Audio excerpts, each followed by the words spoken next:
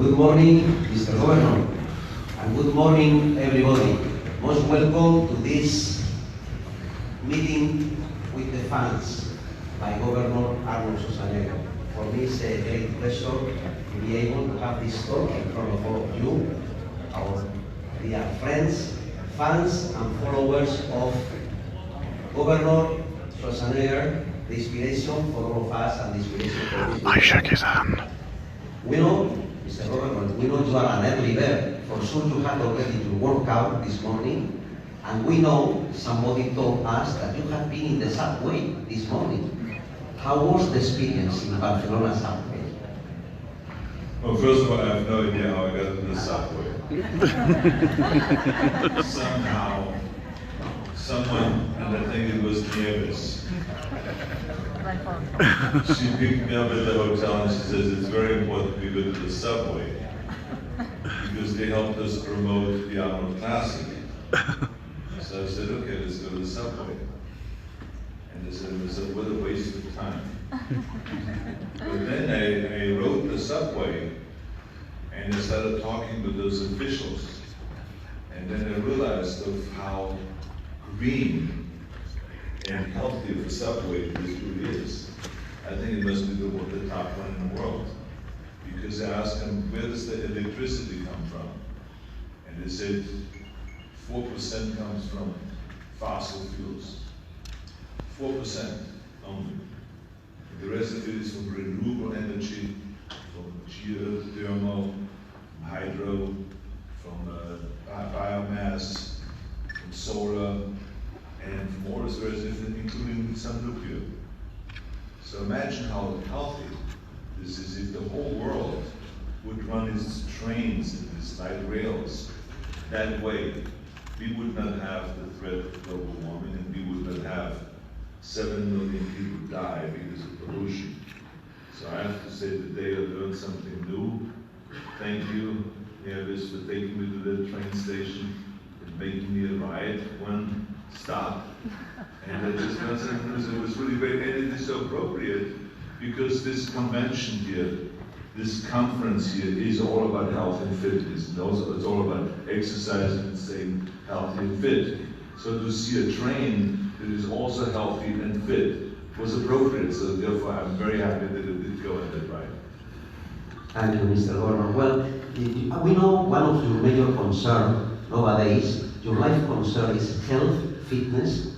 Yes, that is why this great annual sport festival worldwide in the 5 continents, but we know as well you are in a continuous campaign about a healthy environment.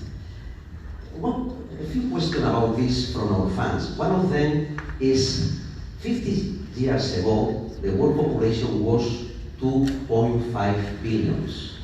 Nowadays, the world population is close to 8 billion. With this growth in the population, how you see the future of the world? Because we are talking about a geometrical increase of the population. Maybe we have to speak about 20 billion inhabitants in 50 years. And it's going to be difficult for us to work in the state in 50 years with 20 billion people. So how do you see that? Well, I think that the biggest challenge is that we need food for this increased amount of people, which we don't have really right now, but we will. But the next big problem is that as we increase in population, we will increase in pollution. And so this is why it's important today that we find a way of decreasing pollution as quickly as possible. And as people become, the more people get out of poverty, the more people will be driving. Like in China, we had 25, 30 years ago, we had 60% people in poverty. Now it's maybe 10%.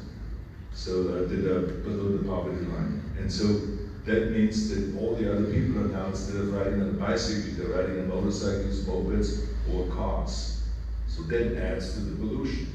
So this is, the problem. So there's a lot of challenges like that. The sad story is that the politicians are incapable of dealing with those kind of things because they're more interested in sucking up to the oil companies than to kind of serving the people and doing something that is healthy and is good for the people. So I've seen it over and over, not just in America, but it's the same in Germany, it's the same in France, it's the same in every country. Otherwise you will get rid of fossil fuels, of oils and diesel in no time, because it's easy to do. We in California, we're building now more electric cars than ever before, and we are reducing greenhouse gases. We've reduced greenhouse gases in the last 10 years by 25%, and we have got now energy within a short period of time from 19% to 53% of renewable energy. So there's a lot of great changes that are happening, and the kind of thing that everyone is worried about, that when you go green, that you lose jobs and you lose economic strength, is nonsense, because California has the strictest environmental laws, but at the same time we are the strongest state in the United States. Economically, we have almost a $3 trillion economic growth and GDP, and we are the 5th largest economy in the world. So think about it, we're a state, but we're the 5th largest economy. The only economies that are stronger than California is America, Japan, China, and Germany. That's it.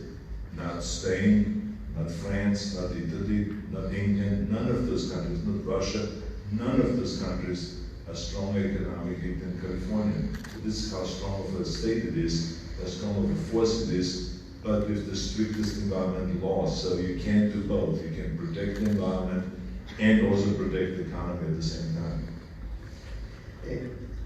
Talking a little bit more about this big concern, growing concern that we are having about pollution, about the future, about the quality life.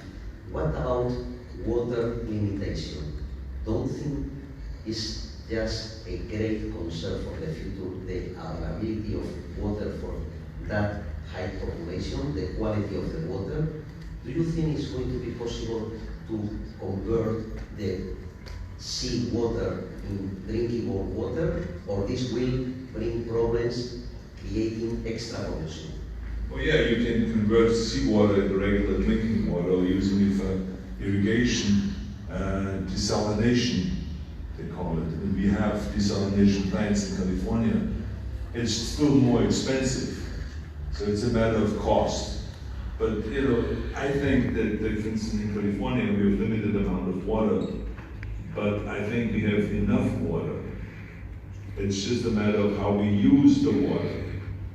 We have the challenge in California that we basically live in a desert, with desert land. So people moved from the east to the west and started creating farms. So when you want to create a farm in a desert, you have to get water. So we build canals, or what they call levees. So we have more levees and more canals than in Holland, even though Holland is very well known for its endless amount of canals. But California has 2,300 miles of levees. So throughout the whole Central Valley and throughout the whole desert, are levees and canals that feed the water, bring the water to those farms. So we are in the strongest agriculture state in the United States. But the question always was, is this wise to go and grow rice in the desert? And so, we have the best rice in the world, and we have the best vegetables, and the best fruits and all this stuff. But is it really wise to use all this water for that purpose rather than just for drinking and for people to survive? So that's always the debate in California. And therefore we take a lot of water from the Colorado River. And people are upset about that. California takes that much water, and then of course we have sometimes droughts where there's no rain for a long period of time, and then we don't have really good system to store the water like they had in the old Roman days, where they did the sinisters and the basins below the buildings where they stored the water. We don't do that. We should. But again, the politicians don't have enough vision to kind of plan for 20 years ahead and stuff like that. So we have our own challenges. I think challenges are in Spain and challenges are in Portugal, and there's in all over the world there's challenges about water. How do you provide clean water for the population? And I think that's the most important thing, is to provide clean water and to figure out how to use the water the most wise way. And that's always a debate, people to the left and the right and the center, probably, all that stuff, So, but like I said, we in California have our own challenges. I know here they have challenges, but the key thing is whatever water you get, you got to provide it clean, because so many times now you travel around the world and you cannot find clean water. Well, this is a fact, because in many cities the water pollution pipes are metal pipes, are having over 100 years. And so this is a big debate. But as a very successful politician, you have been the governor of, you mentioned, the 5th largest economy in the world. I don't think one of the main problems in the plans for the future is that in general politicians are thinking 4 years term, not ahead of the 4 years. I don't think this is one of the biggest problems we are having in the Occident. Democracy is very nice, it's very good, but then these 4 years maybe is putting some short time limit for the things of the politicians. What is your opinion? Well, as you know, I don't have much respect for politicians. I can tell you right now, because I've seen it being there for 7 years, how terrible they are. A lot of them are crooks. A lot of them have no vision for the future. As you say, they think 2 years ahead, 4 years ahead, but not 20 years ahead. A lot of them make decisions what's best for their party rather than what is best for the people. So there's all of those mistakes. A lot of them make decisions based on how much money do they get from political contributions. For instance, the oil companies, if they give money to the politician will always vote for oil and not against oil. So that's just the way, so people can be bought. And that's another terrible characteristic. You see it all the time, all over the world, because otherwise you would not have a situation where the world has signed on to an agreement in 2015 at COP23 in Paris. They signed on and said, we are going to reduce greenhouse gases and we are going to go and stop the global warming. And the majority of countries have not kept their promise and have not met their goal. Now, this is a goal that not the UN has put up, but this is a goal that themselves wrote down. They said, we are committed to reducing 20% of greenhouse gases, and another country said, well, we only can do 10%, another country said, I think we can do 30%, and so on. So they made the goal themselves, each country. And the majority, 70% of the countries, did not keep the promise and did not meet the goal, including my own country, Austria. Did not meet its goal. We failed the goal by like 60%. And why is that? It's very simple, because the politicians are concerned more about how did the oil companies feel. Because if you go and pass laws and you say from now on, we're only going to produce electric cars, that means that now you're not consuming as much oil. And that upsets the oil companies. And so if they pay the politicians and give them money for their campaigns and all that stuff, it is a conflict of interest.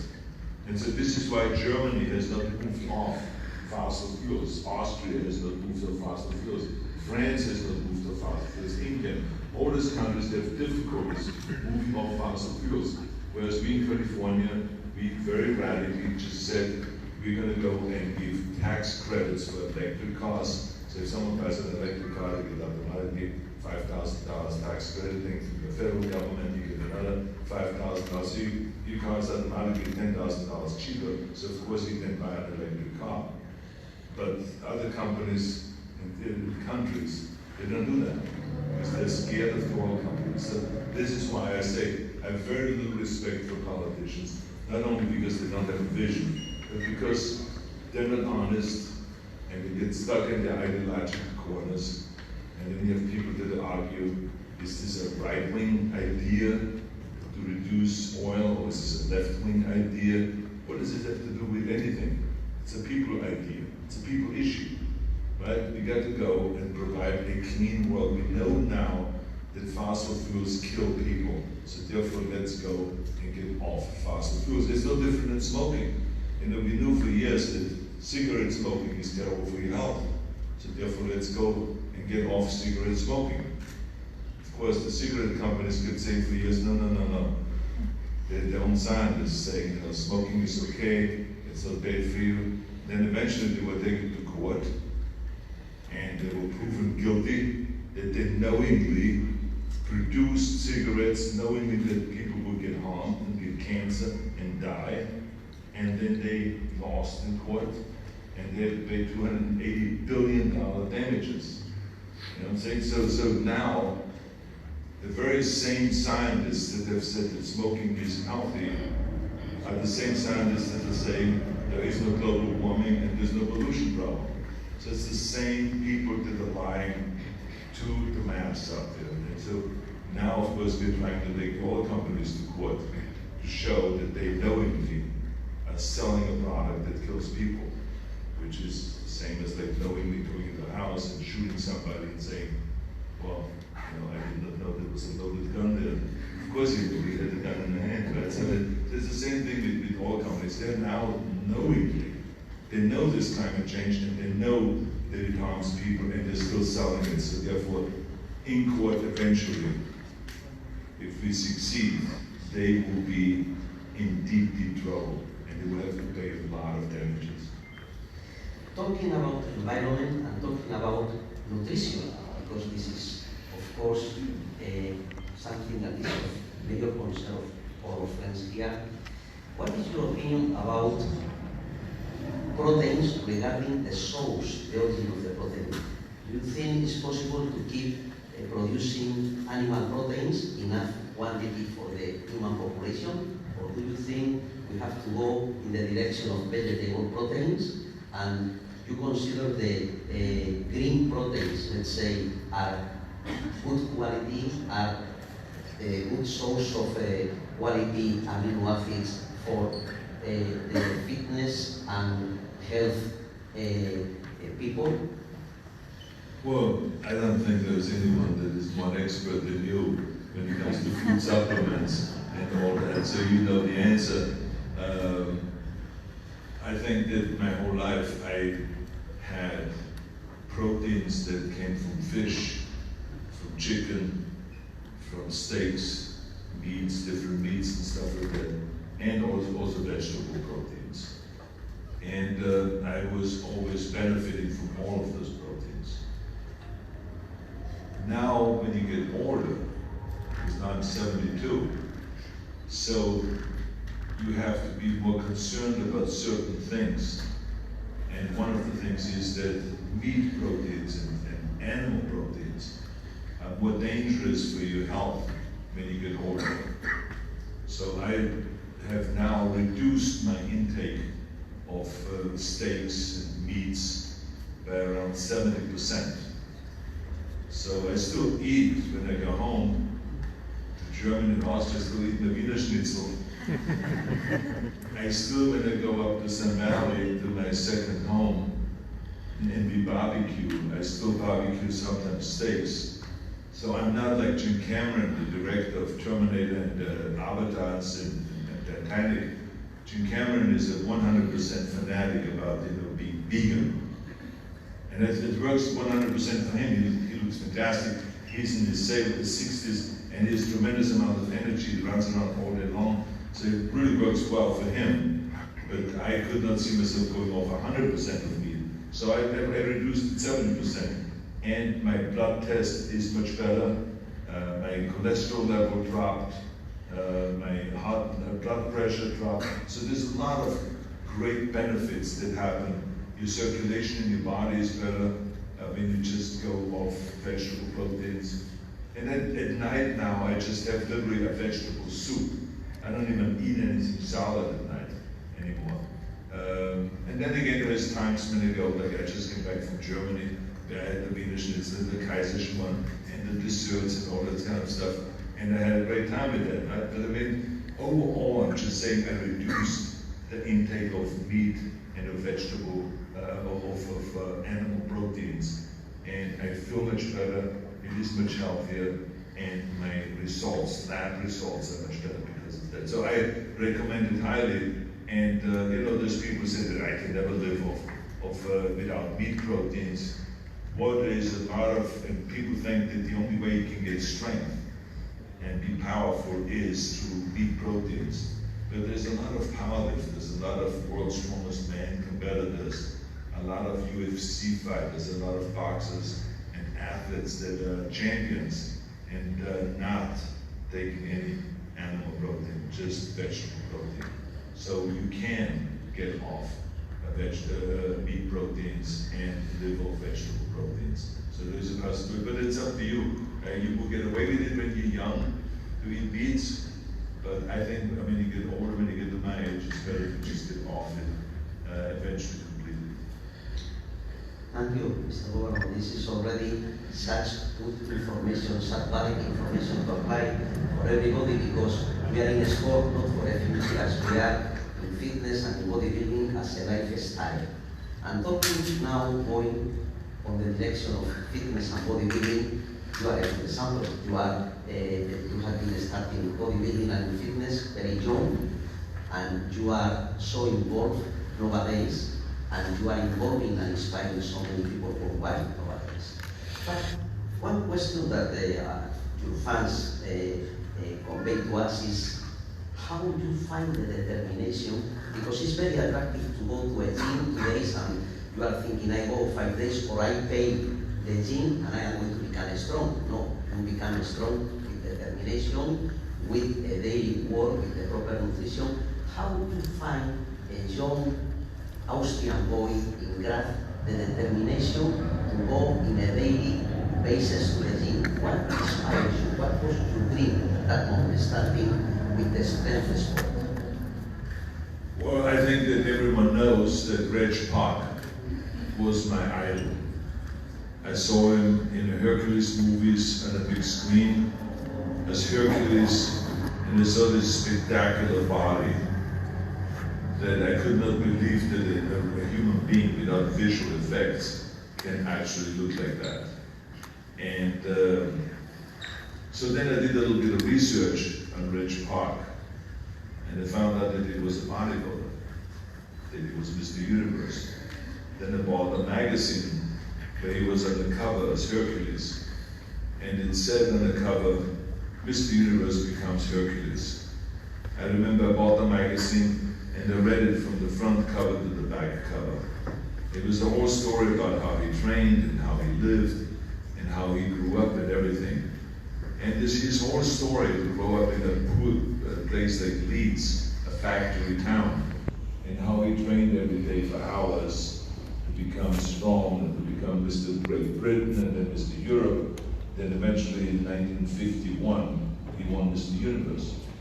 And so this to me, when I saw this picture of him standing on the stage with the trophy and with his bicep post, this kind of like stayed in my mind, and I saw it always in front of me. So this became my inspiration. And so I trained for hours every day. And I wanted to become another Reg Park. And I think that it taught me that if you have a very clear vision, and if you have a very clear goal, that your chances of accomplishing it is very high. The sad story is that most people don't have a clear goal. You know, when someone came to me in the gym and said, why are you training? I would say, because I want to be Mr. Universe. I want to be like Reg Park. Then I want to get into the movies. I can't wait to get to America. So it's a very clear goal. And therefore, every step of the way was a great joy. So when I went into the gym, I had a purpose. You know, I couldn't wait to do more gym-ups. I couldn't wait to do more squats. I couldn't wait to do more deadlifts and more presses and all this stuff. It was not kind of like, oh my God, that they have to work out again. No, I was looking forward to it because every time I trained, it got me one step closer to that goal, to that vision, to become Mr. Universe. And so The reason I'm mentioning is because the majority of people have a problem because they don't have a goal. Like in America, they just recently did a study, and they found that 74% of the people do not enjoy their job. They go to work because they have to make a living, but they don't really enjoy it.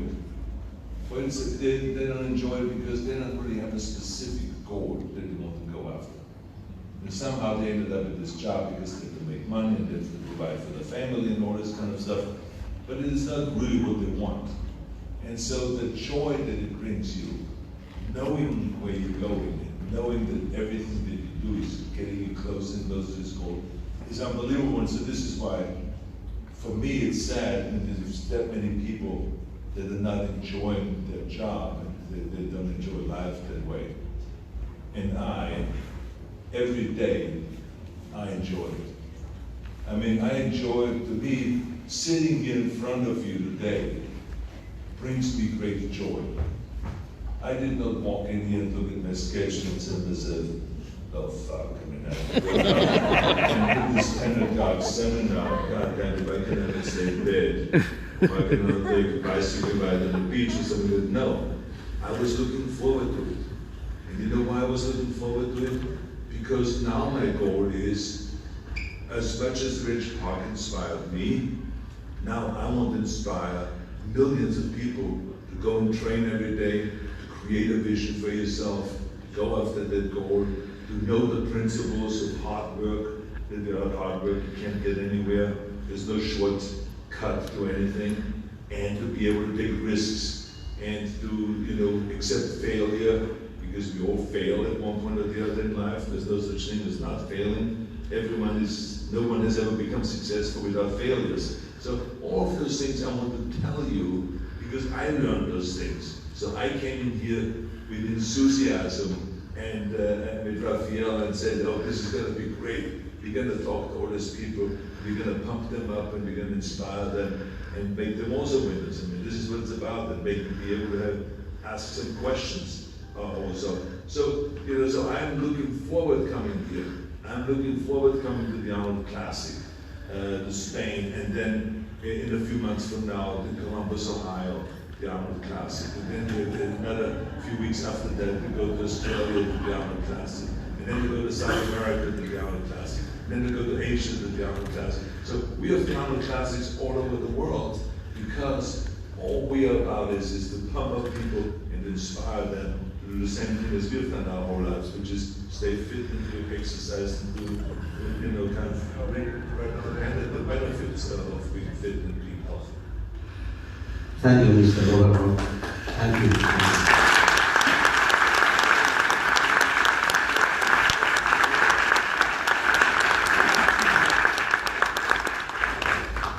You are a great inspiration for all of us. And everything started with that magazines, that movies, and you landed in that small gym for sure in Graz in the 60s. What a different world to the world that we are having nowadays. Then everything was, even the fax doesn't exist. No communication, the easy communication we are having nowadays. Information was confused, and you have to find your way. You step in the gym, at that time, a bodybuilder, a weightlifter, a overlifter, everything was a little bit mixed, and you trying everything. How would you decide I will go in this direction? Well, you are absolutely correct that we did not have then a straight bodybuilding gym in Austria. So the gym that I joined was a weightlifting gym. And so the first and most important thing we had to do is lift weights.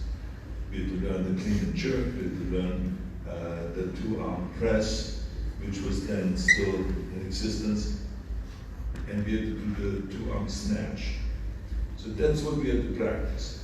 When we were finished practicing that, and when we were willing to compete every second weekend against another village and another city, because we had championships all the time where we had some friendship games where we just went to do Knittelfeld or the Liebenau, or just some little city, and we were competing six weightlifters against six weightlifters. Then we added up all the tallies about when we added up all the weights that were lifted, and then we compared notes and what was the body weight, it was subtracted, so this was then the winners, right? Came out with the biggest number. And it was fun, and we learned from one another, from those weightlifting teams, and it was great camaraderie there. But only when we finished our weightlifting training, we were allowed to do chin-ups, or we were allowed to do bench press, or lateral raises, or curl.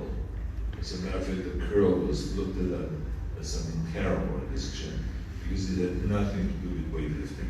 The curls don't help you with the weightlifting. As a matter of fact, the bicep gets in the way of holding the weights, right? So it was like, but it was something that I wanted to do because I wanted to be another Rich Park. But I also knew that Rich Park was weightlifting. And I also knew that Rich Park was a powerlifter, that he was bench pressing over 500 pounds, he was squatting with over 600 pounds, that he was curling with 300 pounds, a cheating curl with a barbell and all this kind of stuff. So I knew that he was very strong. So I was all into lifting, powerlifting, and training for bodybuilding. So it just took more time. The guy ended up spending at least 4 hours a day working out. And this is why I couldn't wait to get to the military, because I knew that as soon as I get to the military, there was this attitude there that after you did your basic training, that they catered to athletes.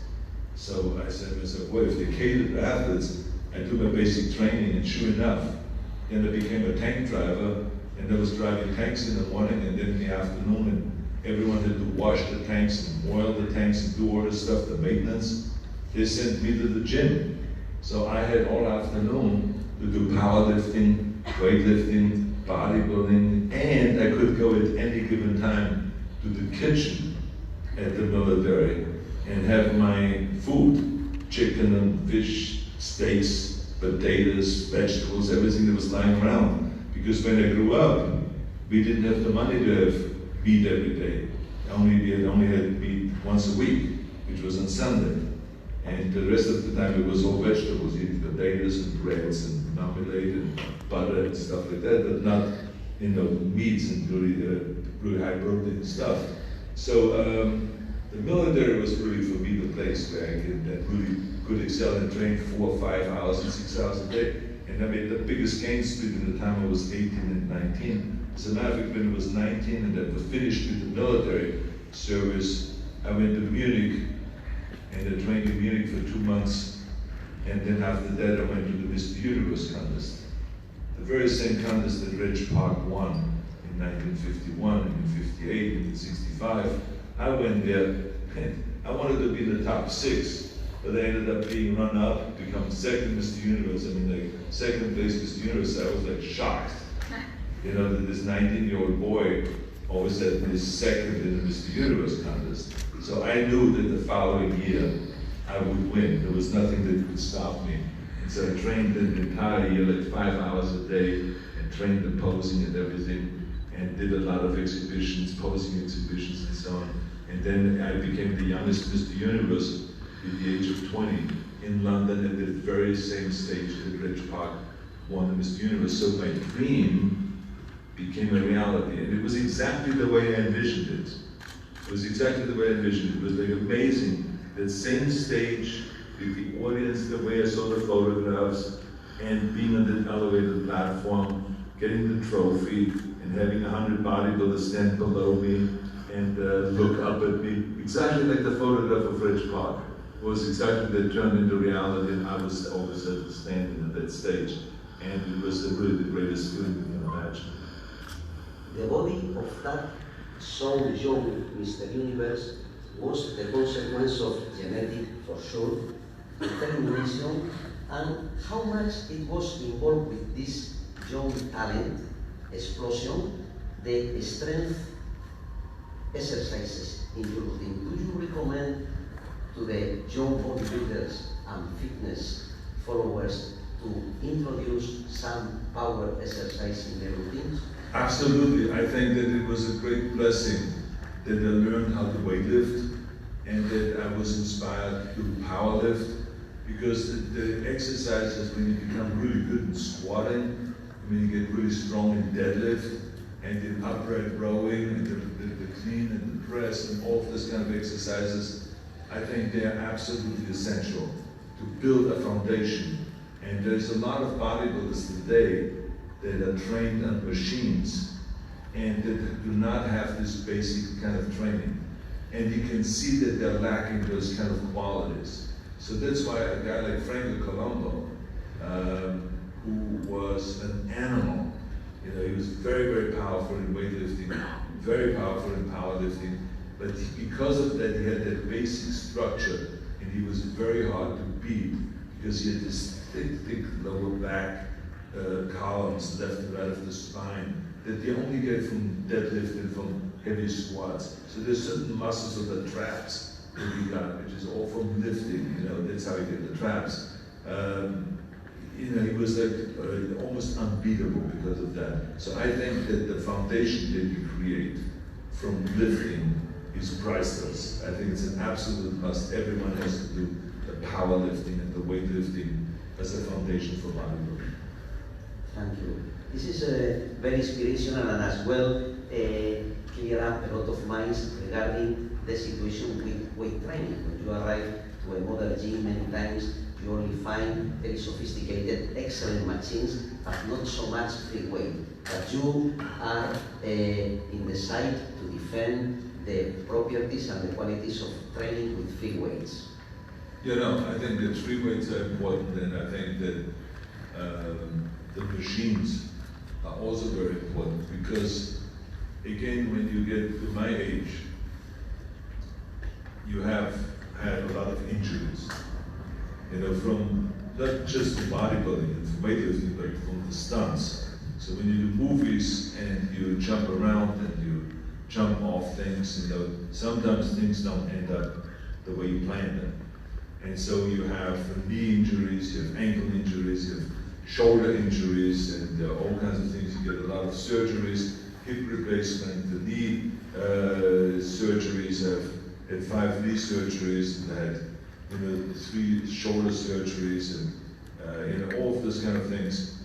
And so, eventually the pain catches up with you. So you can't just go to free weights and do lateral raises and free weights because there's a certain angle that hurts your shoulder.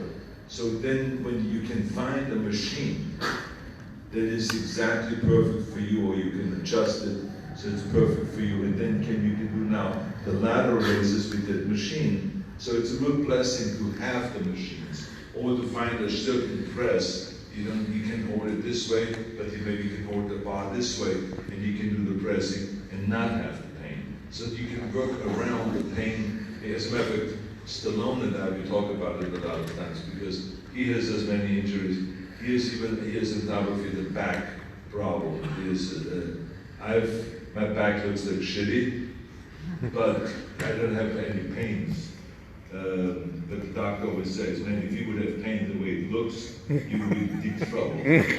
But I have no pain, so far I've been lucky. But Sly had lately some real pain and some in surgeries and stuff like that.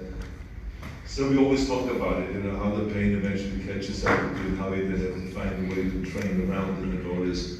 But the key thing is that we have the technology now.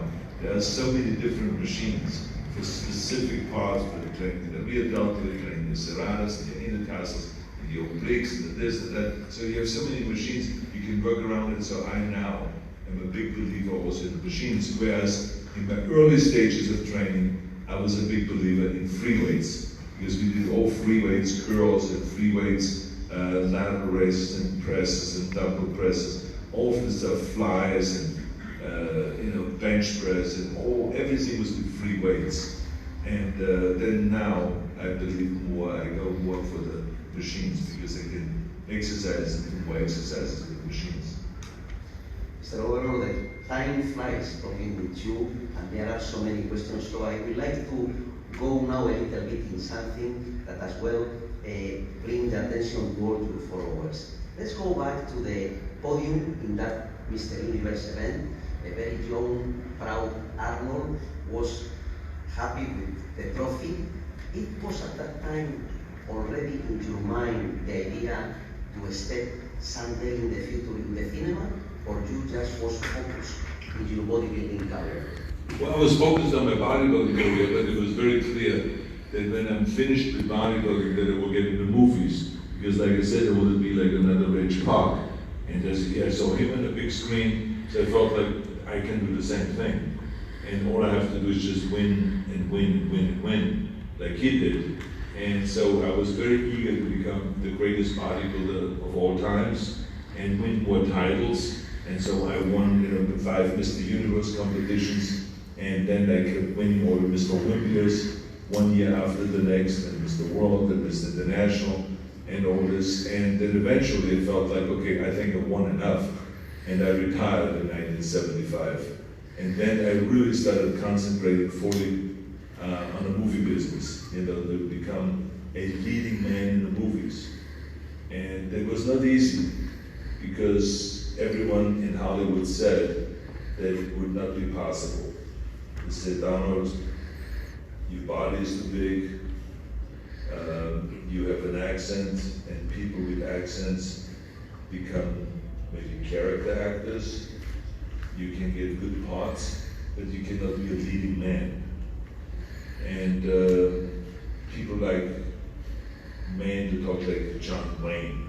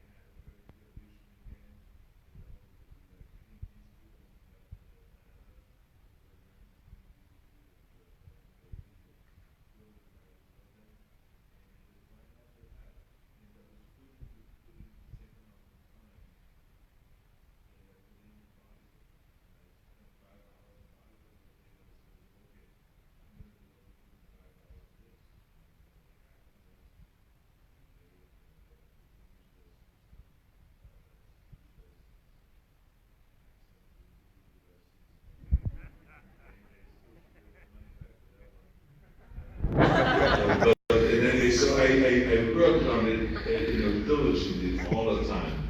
And then all of a sudden it started clicking, I started getting parts, and we did Stay Hungry, which I won then the Golden Globe for Best Acting Debut. And then it was San Francisco, and then the Jane Mansfield story, and the villain with Kirk Douglas and Margaret, and then bang, all of a sudden I landed a big role, Conan the Barbarian, which we filmed, of course, here in Spain in 1981, and it was really the big breakthrough. And I felt like, and not only that, but John Milius, who directed Conan, said, if we wouldn't have had Schwarzenegger with his body, with his muscles, we would have had to build one. So he was a guy that said the muscles were absolutely essential. The very thing that everyone else said this will be, a negative, and I would never get into movies because of the muscles. Now all of a sudden it was important to have the muscles. So I felt like, okay, here we made a negative into a positive. And then, of course, Jim Cameron, when I did Terminator, he said, if you wouldn't have had Schwarzenegger with his accent, it wouldn't have worked because he talks like a machine. Nice compliment. But anyway, I was happy because he said, look, the way he appeared, when I appeared naked in the beginning of the film with the muscles and all that stuff, he said that made it believable that he's not a regular human being.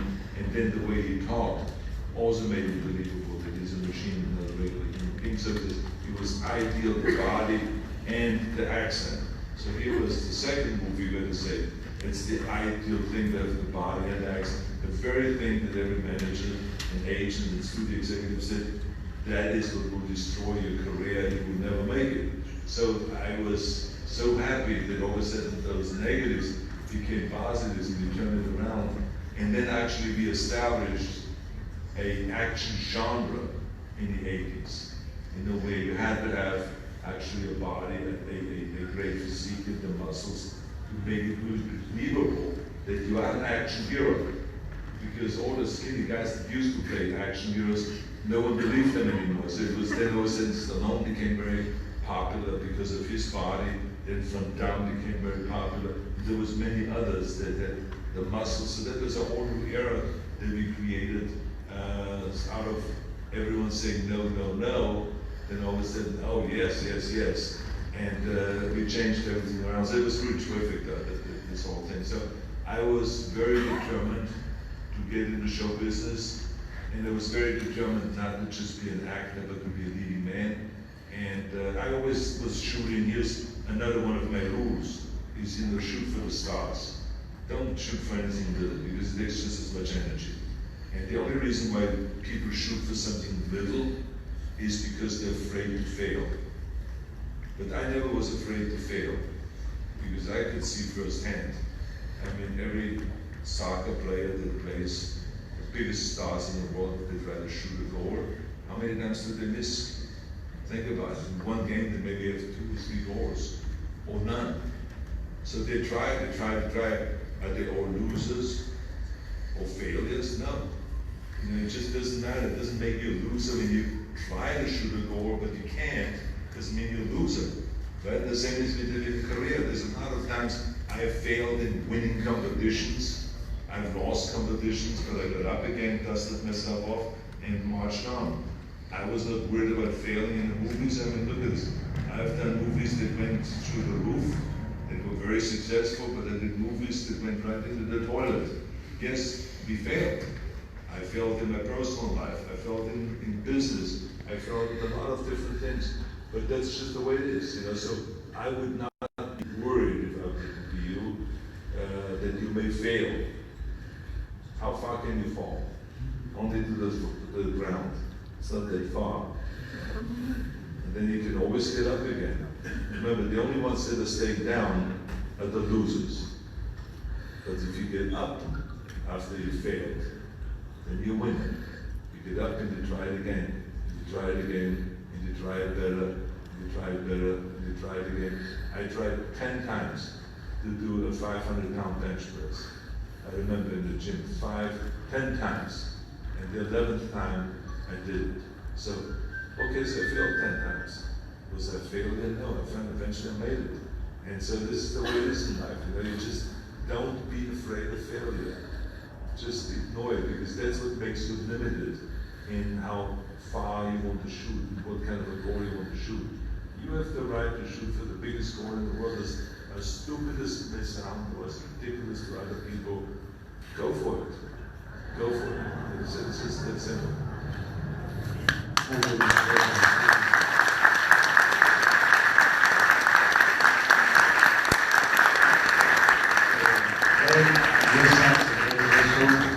Of determination, self-confidence, stay focused, has a dream and work to make this go through.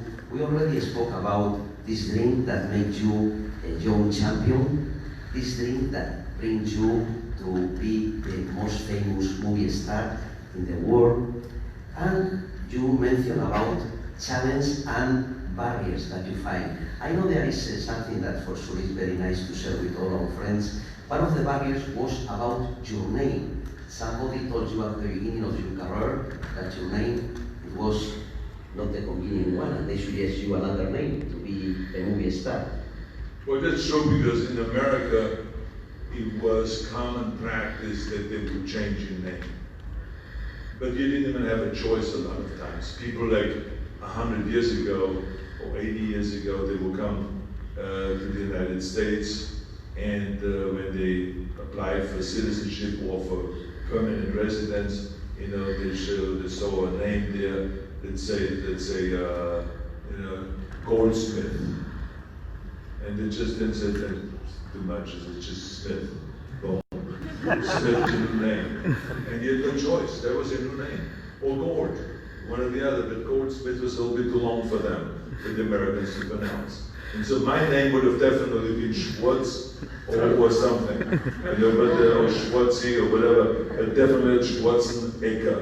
You know, that was too long. So when I got into the movie business, a lot of the producers said, you got to change your name, you got to change your name, because no one will be able to pronounce Schwarzenegger or whatever it is. And I remember the first movie I did, Hercules in New York. They called me Arnold Strong. I changed my name. I had no choice. I was in the saw on the poster, Arnold Strong. That was the name. My mother said, "Oh my God, why are you ashamed of your name?" I said, "I had no choice with this." She says, "Don't tell me that. You had something to do with that. I never liked the name." You know, I was attacked by my mother immediately. But in any case, so then the second movie I did, Stay Hungry, I kept my long name because I convinced them. I said, "Look," I said, "if the idea is to make people remember your name, we all know that the harder something is to learn, the harder it is also then to forget.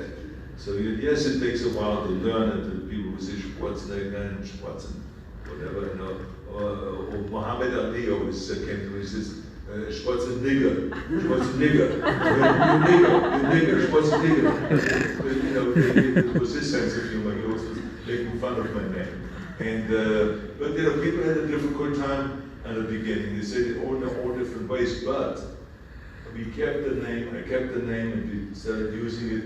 And then I was so happy when we did the Conan movie, and all of a sudden it was big on top. Schwarzenegger, Conan the Barbarian. I was above the title. And then Schwarzenegger, and the Terminator, Schwarzenegger, Terminator. So that I really felt like I've made it, because my name was accepted. Now people could pronounce it, and now it's known all over the world, and people know how to pronounce it. They do it in different ways. You know, there's in Japan they still say Schwarzenegger. It's so funny to in China and all that stuff. But at least so we kept the name, and I was very happy about it. But you're right, it was very challenging in the beginning. So that was another battle. And then you become such famous movie star, your face, your name went all over the world. And one day you become challenged by politics, or that was a plan, or that was an inspiration. How did that come to your mind? Well, you know,